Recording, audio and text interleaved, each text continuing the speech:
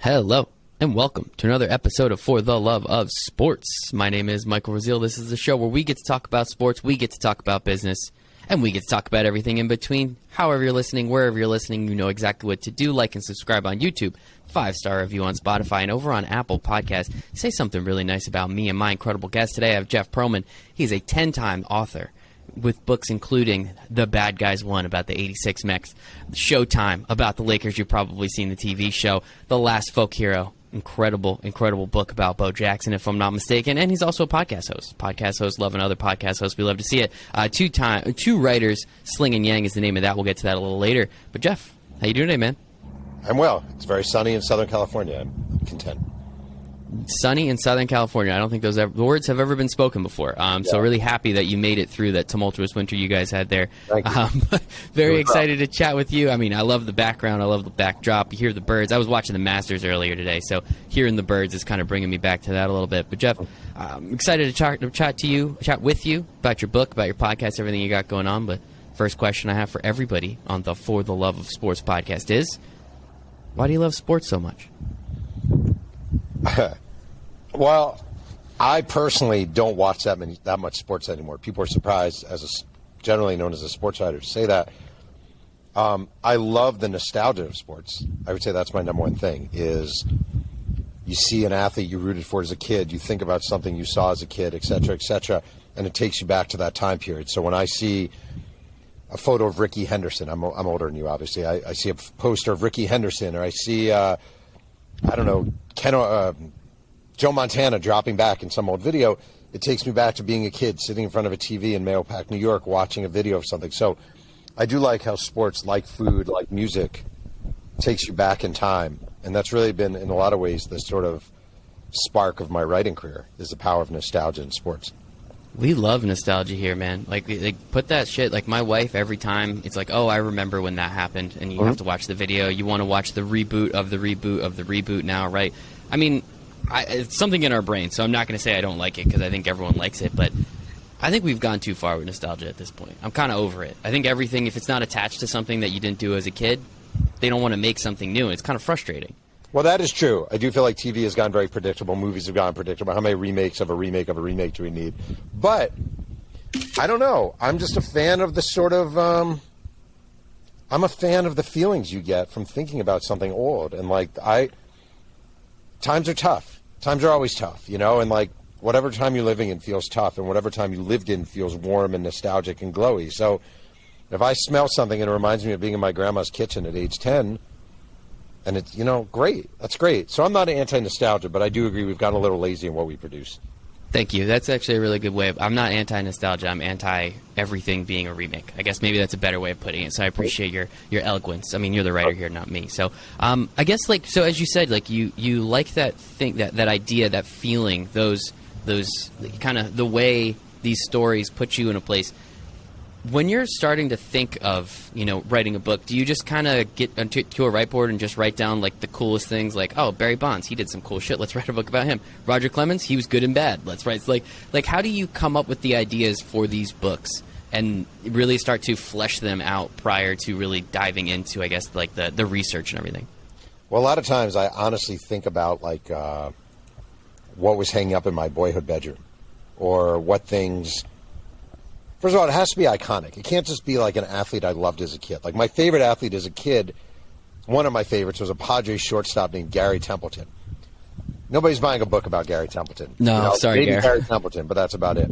But I do think a lot about who was I rooting for. Like Bo Jackson, my last book. I had a Bo Jackson poster on my wall. Bo Jackson is iconic. There's a mystique to Bo Jackson. There hasn't been a great Bo Jackson book ever written. So I do conjure all that together and kind of think, okay, where can I go with this? What can I do with this? Where would this take me? Another book I wrote, Brett Favre. I wasn't super nostalgic for Brett Favre because I was a sports writer when he was playing, but there is something iconic about Brett Favre. And for a lot of people, there's something about him scrambling left, turning right, dodging a tackler, throwing sidearmed, off balance into, and Donald Driver diving, catch it. Like, that kind of stuff sparks something for people. So I do oftentimes get my feels from that. And like the book I'm working on now, I'm doing my first non-sports book. I'm doing a Tupac Shakur biography. And the music of Tupac is very nostalgic for me. Thinking of his early music, in particular, when I was in college or right after college, and you're listening to these songs, and you're in a place and you're in a time, you're learning about hip hop, you're learning about this. It just does it for me. So I need material that's going to spark me and get me going and give me some kind of feeling. I love that Tupac book. I'm excited to read that one, man. That sounds awesome. I mean, the Brett Favre one specifically, right? Like, I think you could ask a lot of sports fans. I don't remember exactly how old I was, but I remember where I was the Monday Night Football game after his dad died. Like, I remember that very vividly. We were in my uncle's basement. Like, I remember when that happened. I couldn't tell you the age I was or what grade I was in or any of that stuff, but there are certain things, as you said, that bring that back. And that was just one of those iconic moments in the NFL that we all really did end up loving. Curious if you're going to have a little rewrite to that Brett Favre book. We don't need to get into that now, but hey, crazy, things people change. I guess I did tweet out somewhere after that whole Mississippi welfare scandal broke. I said, and I meant it. I wrote, "Don't buy my book," and I didn't write it with Favre. It was about Favre, and it was not a kids' club look at Favre. It had warts and all, but my point was there are better people worth your time to read about, and it's so gross. The idea of taking welfare money and having it sort of funneled to fund a volleyball arena at Southern Miss because your daughter goes there and you went there when you're wealthy and could fund it yourself. It was like $5 million. That's not that hard for Brett Favre. Very disturbing. So unless you see my book on like the dollar table store, which is fine, I wouldn't buy it. There are better people to read about. I appreciate the honesty on that one. Yeah, maybe just do an update, put it in like a. Nobody wants to read it. Nobody wants to read it. That's the other thing. Like, I learned from my Roger Clemens book, actually. Like, my Roger Clemens book was my least enjoyable book to write. It was also my book that sold the least. People don't want to read about douchebags. Like, not really. It depends. If you're a historic douchebag, like a Hitler biography, right? As an example, a Mussolini biography, Trump biographies, like those kind of books do sell because they have a historical context and it's about sort of human nature and blah, blah, blah. But if you're asking someone to spend $30 on a Roger Clemens book or a Brett Favre book at this point, it's a very hard sell. What about your Barry Bonds book? I mean, he's kind of known as a douchebag, in your words. It didn't sell well. Sold okay. The thing is, at the time, I guess the one caveat is when it came out, Bonds was kind of really fascinating, and he was in the midst of the steroid scandal. He was chasing the home run record, etc. So that was fairly interesting. So that Bonds book was it was a pretty good lesson for me. It came out. There was another book at the time called Game of Shadows. I remember that. Good book. Yeah, that delved into the whole PED thing and focused on Bonds. That Bonds book came out about 3 weeks before my Bonds book, and that book became a New York Times bestseller, #1, and it was a great book. But you never want to be number 2 when 2 books are coming out. That was a lesson I learned. That is a good lesson learned. Yeah, maybe shelve that one for a little bit. Come back to it later. Exactly. So it sounds like these. We'll call it. I'm a very positive person. We preach positivity all the time on this show. I know it's not the easiest thing in the world, but I do what I can. When you say people don't want to read about douchebags, and you kind of list 3 of these books, you might have another one in there, right? And then you write something about the Lakers. Who? I mean, they had characters, may I say. There were characters on that team, maybe not douchebags. You wrote a couple books about the Lakers. Obviously, this most recent one with Bo Jackson. Do you see the books that you enjoy writing the most are also the ones that are most well-received because you can put that, I guess, little extra juice, little extra oomph into it? No, I'm not saying this in any... There's nothing to read into. Like, I put the same amount of oomph into every book. I really do. Like, they kill you. They beat you up. You throw everything you have. You become fascinated and hyper-obsessed, and all you want to do is know everything about everything about everything. I do feel, for me personally, I enjoy writing about individuals more than I enjoy writing about teams. Now, my 2 best-selling books are probably my first book, The Bad Guys Won, about the '86 Mets, and Showtime about the Lakers. So those are both team books. But I really enjoy digging into someone's life and going along the different stages of his life. Bo Jackson, following him from middle of nowhere, Bessemer, Alabama, with a kid with a crippling stutter, one of 12 kids in a 3-room house, with an outhouse and no running water. Like, I like watching that transformation, that life path. The thing about team books is they can be repetitive, where, all right, it's this season, and the next season they also won again, but they added these 2 characters. It's a little harder to divide the chapters, if that makes sense. Yeah, no, it absolutely does make sense. I mean, I guess the thing about the team books, right? You wrote about one of the most iconic baseball teams ever, the '86 Mets, right? Doing cocaine in like the locker room and then going out and just blowing everybody out. Everybody hated him because they were such, again, to use your words, most of them were pretty much douchebags, right? And like you have Daryl, you have Doc, you have Keith, you have Nails. Like that team was just nuts. They were so unbelievably talented and everybody hated him. And that's why I think your title is just incredible. The bad guys won, right? Like it's so true. It's never been more true in sports, I don't think. All right, just want to say to you, I appreciate you saying that. That was that's my favorite title of all my books. And my editor at the time, who was a really good editor named David Hershey, he's like, yeah, I think we're going to go with, he wanted to change it to The Wild Bunch. The title, The Wild. He wanted to change the title to The Wild Bunch. And this is my first book. I was only like 29. I was like, no, you're not changing the title of this book. He literally said, Davey Johnson was literally asked, the manager of the Mets, why do you think everyone hates you? And he said, because the bad guys won. It's the best title I've ever come up with. By far, no close second. So I fought for that one hard, and I appreciate it. And also, the difference between like the '86 Mets and a guy like Roger Clemens or Bonds, or in this case Clemens, Favre, is it's like, yeah, they were kind of gross and they were dirty, but they were also layered, right? And like Dwight Gooden is a drug addict, right? But he also has a lot of pain, and he also has a lot of goodness, and he also has a lot of decency. Same with Darryl Strawberry. And these guys were grimy, but they were beloved, and they also symbolized New York City in the 1980s, you know, the cocaine epidemic and prostitutes in Times Square and all that, and graffiti. Like, they were New York City. And if you're at all nostalgic for 1980s New York City, the Mets kind of feel, like, you feel the Mets. So it's different than writing about Bonds. You just treated everyone very poorly. That's a really good point, and I appreciate you kind of making that distinction and that difference because, yeah, like, again, I'm a Mets fan, so all I have is 86. I'm not old enough to remember it, but it's close enough, right? I can only do so much with 69. Like, I can't really do anything with that. 86, I mean, I see Keith on my TV every day, right? I see Ron on my TV, so I at least have a little bit of connection with that team, and so it makes it so much easier to kind of look back and, like, I can't say I'm nostalgic about it, but I can kind of get excited listening about someone talk about the 86 Mets because of what they did, because of how much they just beat the shit out of people physically, mentally, and on the baseball field, right? Like, there was something about it that team's just like, they're not going to be matched from all of those levels at the same time. I agree. You know, I will say, I don't know how old you are, but I covered when I was at Sports Illustrated, I covered the 2000 Mets and their World Series run. Obviously, they lost to the Yankees, but that team was really fun. Like, I love that team. And I always remember this. Every time you would walk into the locker room after a game when they won, they'd always be playing the song "Don't Leave Me This Way" by Thelma Houston. Like, every time you walked in, which is a great song if you don't know it. And, like, they had tremendous characters. Now, Piazza was kind of boring, but a nice guy. But, like, Robin Ventura and Todd Zio and Edgardo Alfonso and Al Leiter, John Franco, they were like a delightful, delightful team. So, at least in your lifetime, they didn't win the World Series, but they were a really enriching and fun team. No, I remember that one. That was I was like 9, so I was really starting to get into it. So it was like the perfect time for a kid to really like fall in love with the team. Unfortunately for me, it's the Mets. Yeah. We had a run a couple years ago. I think Steve Cohen has a couple $1 billion. He'll buy one eventually, and I can't wait. I'm going to cry so hard that day. But I will say though, the thing that's different, the thing that's like you're right. Steve Cohen will buy a team. They'll be great. Blah blah blah. They'll win a World Series. You'll cry. Everyone will be happy.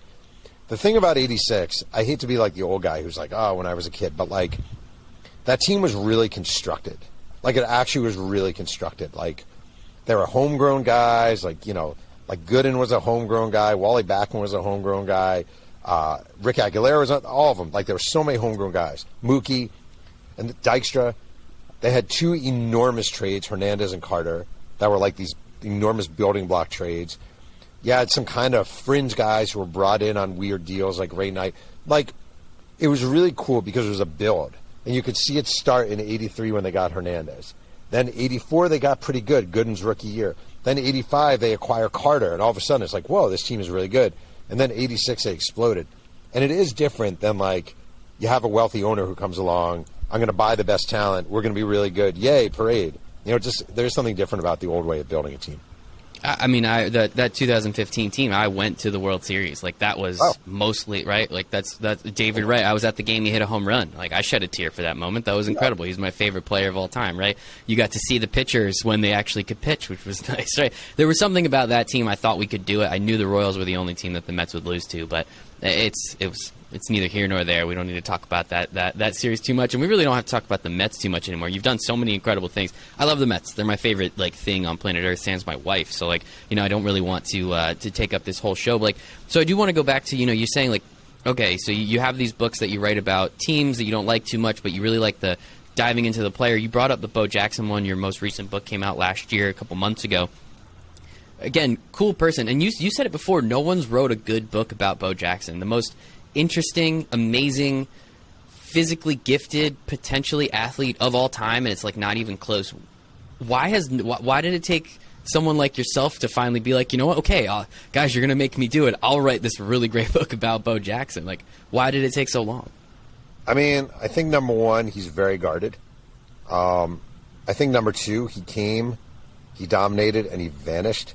You never hear from Bo Jackson. So it's not like Bo Jackson is on the front of everyone's minds. His contemporary at Auburn was Charles Barkley. Well, there have been a gazillion Charles Barkley books because everyone thinks of Charles Barkley because he's in our conscious lives. Every time you turn on TNT, there's Charles Barkley, and he's awesome. But Bo Jackson vanished. He just went ghost. He didn't want it. He didn't want the attention. He didn't want anything. So I do think a big part of it is just people kind of overlooked his place, overlooked his time in history. And I'm sure a lot of people don't view him as iconic in the way I do. I consider him a sports icon. I consider him the greatest athlete who has ever walked the earth. And I'm not saying that facetiously. I would say, he ran a 4.13 40 at 220 pounds. Tyreek Hill could not run a 4.13 40 now. I would say he's naked in track cleats on a perfect day. He couldn't do it. Bo Jackson, you've seen the videos. I mean, you're young to have seen him play, but you saw the video of him climbing up a wall. Mm-hmm. Have you ever seen anyone else climb up a wall? Literally. That one's so cool where he runs. It's amazing. It's so cool. And I've this is the argument I make over and over again. Find me anyone else who has climbed up the wall and across the wall. Name one other person in the history of mankind who's done it, and you can have your argument. But I don't know. I was just inspired to write it. Again, nostalgia is a big thing for me. Digging into a subject is a big thing to me. I love, I'm from middle of nowhere, upstate New York. Very white, very conservative town. My favorite thing about this job, without a close second, is delving into worlds that are just foreign from where I came from. That's why I love writing about Tupac. That's why I loved writing about Bo Jackson. Walking the streets of Bessemer, Alabama, knocking on doors in this 99% black rural community up dirt roads. And hey, my name's Jeff. Hey, do you remember Bo Jackson? I live for that stuff. I love that stuff. I do. So, it's great. That is awesome, man. Yeah, and thank you for painting that picture too. I can kind of see you in your Tampa Bay Buccaneers hat. Is that what you're wearing? Just kind of walking down the street. Hey, do you guys remember this guy Bo by any chance? I just want to ask you. I always have a book so nobody gets mad at me or thinks I'm trying to sell Amway products. There you go. Yeah. That's funny, man. No, I love it. And the other thing about Bo Jackson, right? Show me another person that can do that, and then show me the same person running over a linebacker. It's the same thing. Yeah. He is 100% agree with you. I don't think you're being facetious. I think it is almost objective at this point. And if people don't agree, it's probably just because they don't know what Bo did and what he did, what he was capable of. He's looked at that in that light for a reason. All right, I just want to say, 1987, he shows up with the Raiders. He was playing baseball. He signs with the Raiders. Training camp. The head coach of the Raiders at that time is Tom Flores, and he asked Bo to run a 40. And he has Bo run a 40 on grass in pads, okay? Bo runs a 4.17. Tom Flores doesn't believe him, has him run it again, and he runs a 4.19. Flores has him run it again, he runs a 4.17. In pads, on grass. There's just unmatched. There's nobody. Animal. Never been anyone like him. One of the worst injuries. I wish we could turn off injuries in sports because that one always gets me, right? It's just so sad. It's just so it's just frustrating. Oh, yeah, I agree and disagree. It's definitely sad his career was short. But I will say, a big part of his mystique is that injury and his career shortening. And, maybe I always say, let's say he went on to have, Sean Green's career in baseball. And let's say he went on to have, Walter Payton's numbers in football. It's amazing, and he's in both Hall of Fame, so great. He has his bust in 2 museums, but it's not nearly as interesting. You know, like, nobody's buying a Marcus Allen biography right now. No one would buy a Sean Green biography right now. The whole thing about Bo Jackson, just along with the sort of unfathomable athleticism, is the great question mark, the what could have been. So that actually makes him a much more interesting book, weirdly. No, you say weirdly, but that actually, when you say it and you lay it out like that, that's a really great point. I would say, yeah, I agree. No one's buying that Marcus Allen biography, but at the same time, if Marcus Allen also hit 400 home runs, I'm more interested in that biography. So, like, I'm cool with reading that one. I don't think it's that crazy. Fair enough. But no, it's a great point, and I appreciate that. And so one thing that I am curious about, right, you said a little earlier, like when you write these books, it just beats the shit out of you. It takes a lot out of you. You put so much into it. You're literally walking, knocking on doors. I guess I'm kind of curious, like, what exactly goes into one of these books? I don't care if you pick one or just kind of generalize it, but like the research. I saw you did 700 interviews for one. I'm sure you've done more interviews for another, right? I think it's cool that I've done 350 interviews, and you know that's half a book for you. So like, what exactly goes into these books in massaging, developing, and figuring out like these people's life stories? Well, it's a lot. Cool. Next question. It's a great job. Like, I love it. It's great, but it's torture. And I always like. One thing I thought of a lot I'll answer your question, but one thing I thought of a lot when I was researching, I wrote a book called 3 Ring Circus about the Shaq Kobe Lakers. And I didn't grow up a big Kobe fan. I'm from New York. Also, he's younger than me, so I wouldn't have grown up a Kobe fan. But even when he was playing, I didn't really care about Kobe that much. But one thing I really came to admire is like this idea that success isn't just standing on the court winning a championship. Success is being in a dark gym hoisting 1,000 jumpers when nobody else is there. And writing a book, there are some echoes of that. Like, to me, it's just about interviewing everyone. And it's about researching the hell out of it. So, like, for Bo Jackson, as an example, when I get the green light on a Bo Jackson book, the first thing I do is I go to eBay and I buy everything. And the first thing I buy on eBay are all the media guides. So he was at Auburn for 4 years as a football player. I'll find the Auburn football media guides. The baseball media guides were much harder to find because they weren't as prominent back then just because of the sport. But you'll find, like, programs from games. And then I literally make a file for every single person in those programs. And not just teammates, staff secretaries, coaches, assistant coaches, ball boys, recruits who never played but might have been in camp, you know, training, whatever. And then you set out finding them all. And you just call and call and call and call. And the other thing is, at the same time, I try to build like a library, my own library of articles chronologically about that period. So there's a program called newspapers.com. There's another LexisNexis. And I would literally go day by day for Bo Jackson's entire life, searching Vincent Jackson, searching Bo Jackson, and finding every article and compiling this enormous. Like, I think it was my the Laker book, the 3 Ring Circus. This is not great. I'm not, because it's wasteful in a way. But I do recycle. I think I printed out 10,000 pages of documents and articles just about that team. And Bo was probably similar. And I just dig and dig and dig and dig and dig. So at the same time, you're building a library and you're reading through it, and you're looking for, like, maybe you see, like, Bo Jackson bought a house from Sheila Steinberg back in 1983. Well, I'm going to try calling Sheila Steinberg. Bo Jackson gave to this charity. He appeared at this event. The whole thing. So it's finding people. It's building a library. It's reading nonstop. It's trying to think of different ways to approach it. And then after about a year and a half, I sit down, I take everything I have, and I write. Where do you even begin when you start writing, though? It sounds like there's so many different avenues and people and places, and I'm sure that, you know, some stories are like, wait, I was just told yesterday that this is total bullshit. Like how do you even find that spot to, like, I wrote a book. It was a lot of fun. I'm very grateful that I did it. It was such a cool experience because now I understand just, you know, 1% more than the next guy, right? But I, like, even going through it, I thought you started at the beginning and you finished at the end, and it turns out, like, that's just completely not how you write a book at all. So, like, how do you, even after you get all this information and you put it together, like, how do you then succinctly start to actually write? It's hard. I mean, in a way, you do start at the beginning and end at the end. Like, what you just said isn't so far off from my process. I mean, the thing is about biography is unless you're just like super wicked, inventive, creative, and risky, which I'm not to that degree, and you come up with some twisty way to tell a story, and you start when he's 12 and go back to there's a chronology to it. there's a chronology to Bo Jackson's life. There's a chronology to the Laker dynasty.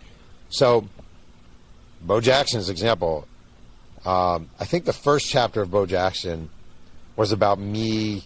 Like, you start with something eye-catching. Like, you start with something eye-catching. Me, I took a brick. I went to Bessemer, Alabama, where he's from. I went to where his house was, his boyhood house. It's been demolished for years. It's this abandoned lot. But on the lot, I found the foundation for the home, and I took a brick. And I brought the brick home with me. I called, like, a writer friend of mine named Jonathan Eig, and I was like, is it weird if I take a brick? He goes, not at all. I took a brick. I went to the airport. They stopped me at TSA. There's like, sir, what's in your bag? I'm like, it's a brick. Well, you can't really fly with a brick. Well, I tell them the whole story about Bo Jackson.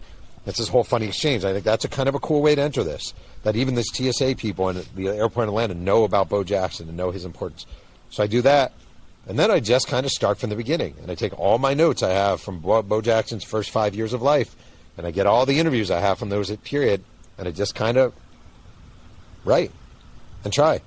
And everyone has a different way. The approaches vary from person to person. That's just mine. Very disheveled. I think it's impressive, though, man. Yeah, that's an awesome brick. I hope. Do you like have that on your mantle? Did you frame it? Like, where'd you put this brick?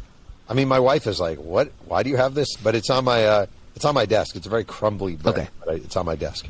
Still cool. Yeah, I mean, not too many people have a brick from Bo Jackson's old house, so I think you're one in a million, Jeff. I'll give you that. Thank you. I appreciate that. Great idea, though, and awesome of the TSA agents for letting that slide. I think that's very cool of them. You obviously sold the idea, the story to them, so your sales skills are also up there. I think that's awesome.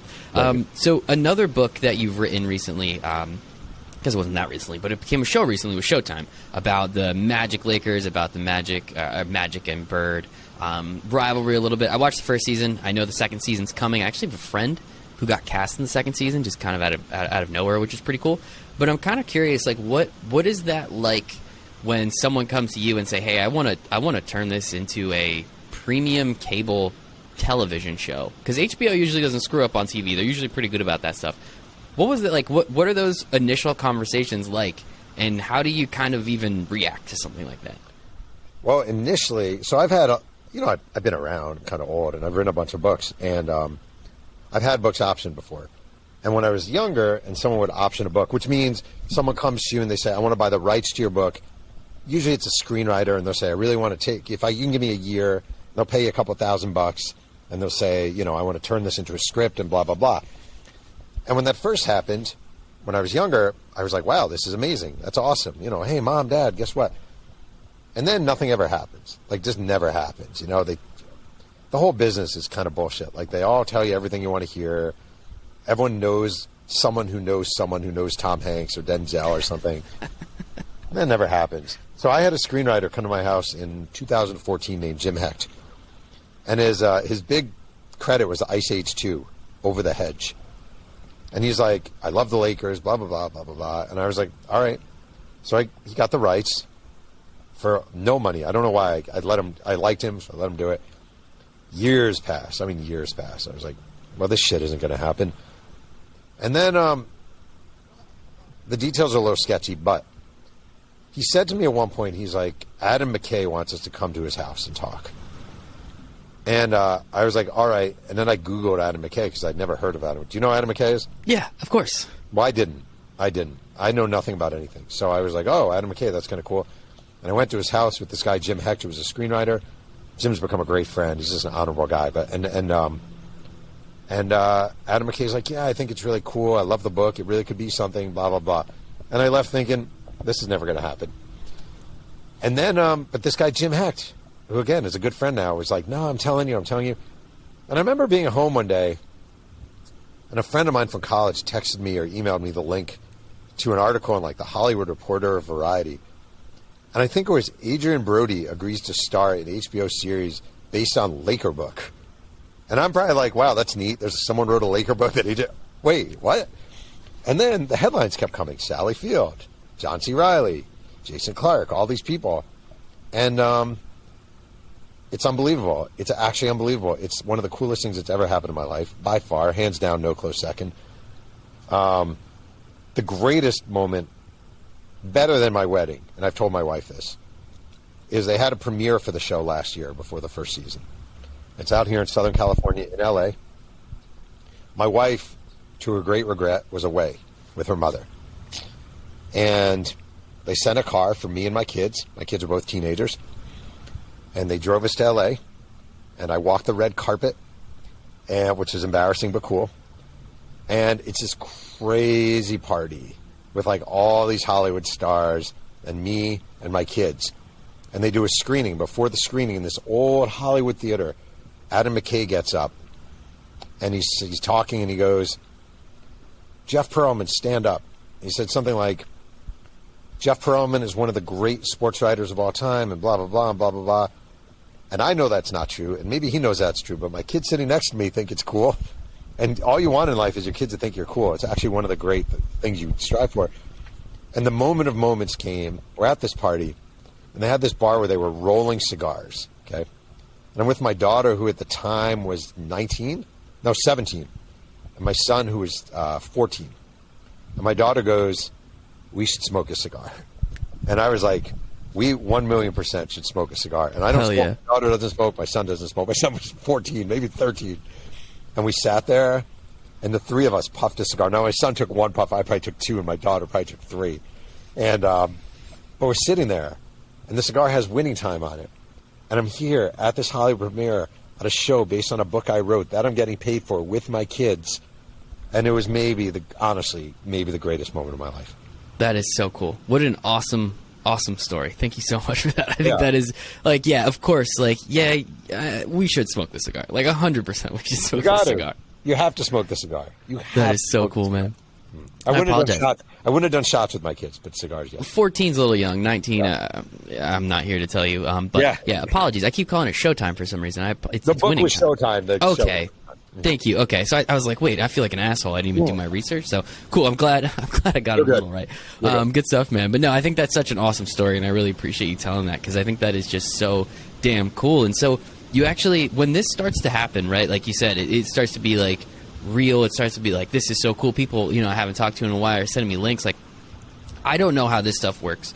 This is, something that you've done a little bit more. Like, what exactly is your involvement with something like this? Like, seeing it, meeting Adam McKay, at least, I guess that's cool. But it sounds like you didn't have too much involvement because all of a sudden it was becoming a TV show. No, actually, they could have been assholes to me. Like, there are many, many stories of the writer of the book supplying the source material, and then the people, the writers of the show, and being like, "All right, bye." And if you're like, "Hey, can I come by?" They're like, "Nah," and there are three writers on the show. Max Bornstein is the showrunner, Jim Hecht, and Rodney Barbs. And these three guys have become really good friends. And season 1, I would get calls off it. First of all, they showed me every script. They had me watch every episode ahead of time. Is this right? Is that right? Is that right? Is this right? Is that right? We came to set. My wife, myself, my kids were in the pilot episode. We had tiny roles in the pilot episode. I appear again in season 2, episode 6, in a bigger role. I actually have lines. Nice. Cool. And in this season, I'm actually listed as a producer, which might be a little bit of a stretch, but like, they've been amazing. Like, I get calls all the time. Is this right? Does this work? Do you think this is right? Tell me what you think of this episode. And like, the other thing is like I know it sounds like the cast members, so many of these guys have become really good friends. Just really good friends. They're really nice people. And one of the things it made me so happy. It truly made me so happy. Season 1 is like the guy who played Magic, for example, Quincy, who's a lovely guy, or the guy who plays Michael Cooper, Delante D'Souza, or Austin Aaron, who plays Mark Landsberger. These are all young, up and coming guys. The guy who plays Magic basically was a kid from Michigan who played college football and had done his IMDb page was blank, and all of a sudden he's co-starring with Sally Field and John C. Reilly in an HBO series. I love that shit. Like, I live for that. Like, happier than me having this show is seeing these guys get their opportunities and getting a chance to do it. So the whole thing has been just a carnival ride of joy. That is so cool, man. Yeah, I can hear it in your voice how excited you are to have this opportunity, right? You wrote this book, and it was, it sold well, and people loved it. I'm sure it was great. And then, maybe someone, sure, this guy turns it into whatever. We'll see what happens. And now what it's turned into. I'm so excited for season 2. It is going to be absolutely fantastic. So it should be an absolute blast. Never read the book. Not sure if I want to now. I think I'm going to go with the TV show because they did such a good job. So I have to ask, like, is Jerry West that much of a dick? Because the show makes him like not a very likable character, and then everybody in NBA media or everyone in like the NBA is like, he's the nicest person I've ever talked to in my life. So who's lying here? I guess is a good way to ask it. Okay, I would disagree with you, and maybe this is me just defending the show. I don't think he comes off as a dick in the show. I think he comes off as hot-headed and neurotic, and he is definitely hot-headed and neurotic. And like, one of the complaints was he broke his golf club. There was a scene when he breaks his golf club, and they're like, Jerry West would never do that, blah blah blah. Well, he wrote about that in his own autobiography. His book is great, by the way. It's called West on West or West by West. It's awesome. But he's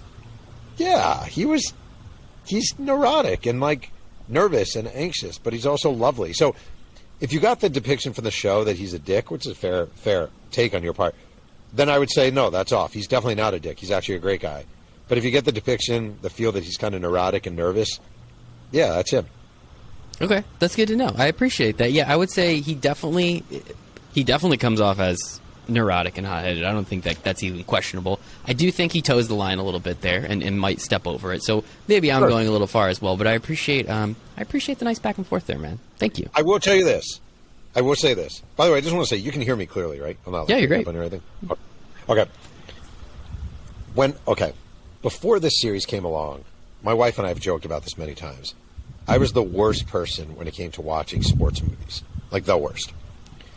Example is like 42, the Chadwick Boseman, Jackie Robinson movie. I hate that movie. I hate everything about that movie.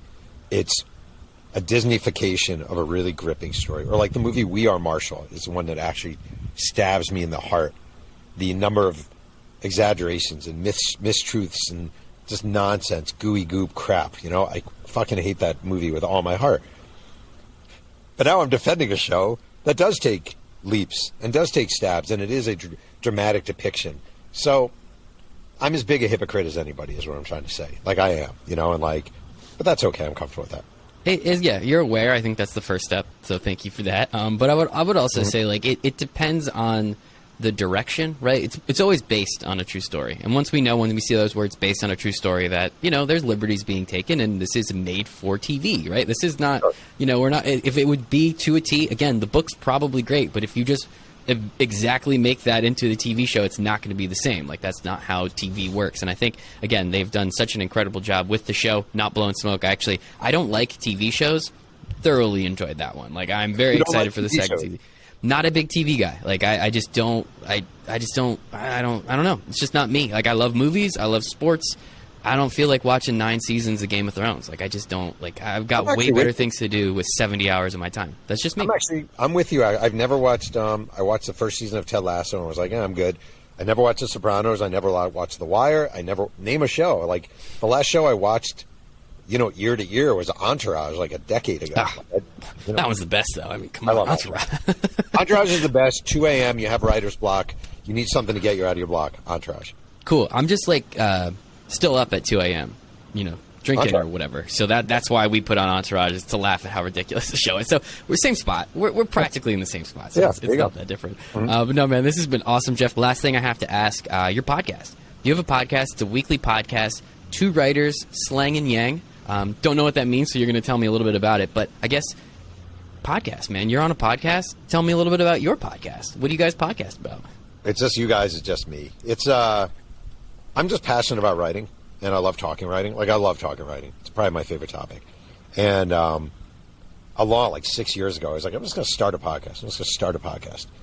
And my wife was like, what are you going to name it? And I was like, 2 writers, Sling and Yang. She's like, that's terrible. What does that even mean? And I was like, Sling and Yang, talking shit. And the funny thing is, it's actually from a Lauryn Hill song called That Thing, but the line is actually Pop and Yang. For some reason in my head, I always had a Sling and Yang, but it's actually Pop and Yang. So now I laugh that people say 2 writers, Sling and Yang. It doesn't even mean anything. But I'm cool with that. In a way, that's kind of cooler than if I stole the Lauryn Hill line of Pop and Yang. So every week, me and another writer just talking about the business, talking about the process, and I like learning from other writers. I know I'm far from a perfect writer, even close, so it's good lessons for me, too. That's awesome, man. Yeah, it's fun. That's why I do this. I just do this for fun. I get to talk to cool people like you, and I get to ask you questions. Thank you. I appreciate that. But yeah, I just like asking people questions. One thing I talk about it all the time on the show, I just like listening to people who are extremely passionate about anything. I don't care what they're passionate about. I can tie it to sports in some way, shape, or form, so I just want to ask you questions and let you go. And this has been an awesome 40 minutes, and I thoroughly have enjoyed it, so totally worth my time. Hope it was worth yours, Jeff. That's all I got. I just want to say, lastly, like along those lines, I feel like right now in America, one of the lost arts is just conversation and listening to people and not always having to tell people how you feel and not always having to tell people that they're wrong and you're right and they're an idiot and you know and they don't know. Like, we've gotten to this place where conversation, just simple conversation, sitting across from someone you might disagree with, sitting across someone who might think abortion should be illegal and you're like, no, I think about, like the lost art. And in fact, recently when 60 Minutes had Marjorie Taylor Greene on, social media went crazy. Oh, how can they have her on? Blah, blah, blah. And I didn't love the segment. But why wouldn't you have her? Why? I want to hear what she has to say. I want to know where her thoughts come from. So I applaud people like yourself who like just want to talk to different people and hear what they have to say. I think it's a lost art in this country, sadly. Thank you. I appreciate it. I bring up this example as well. Like, how often do you have 40 minutes across? I mean, we're across from each other on a computer screen, but how often do you sit down, no phones, no TV, no anything else? It's just a couple people sitting down, having a conversation. It doesn't really happen anymore in society. Everything's so, okay, with my wife. How often do I just sit down and stare at my wife and we just talk to each other for 40 minutes? Yep. I can't tell you the last time or if that has ever happened, right? And I do this every week, so it's kind of funny how that works out, I guess. Talk to your wife. Get your wife on the podcast. No, I talk to my wife. Don't worry. We talk all the time. We have a blast. Okay. But her phone's out or my phone's out. She's reading a book. The Mets are on, right? It's kind of one of those things. I love my wife. She's awesome. Jeff, thank you so much, man. Okay. This has been absolutely fantastic. I mean, where is the best place to buy the book? I know we can buy it on Amazon, but where do you make the most money? Oh, come on. It doesn't matter. Amazon is fine. I don't know. Okay. Well, I mean, if you have a website, I could just tag the website.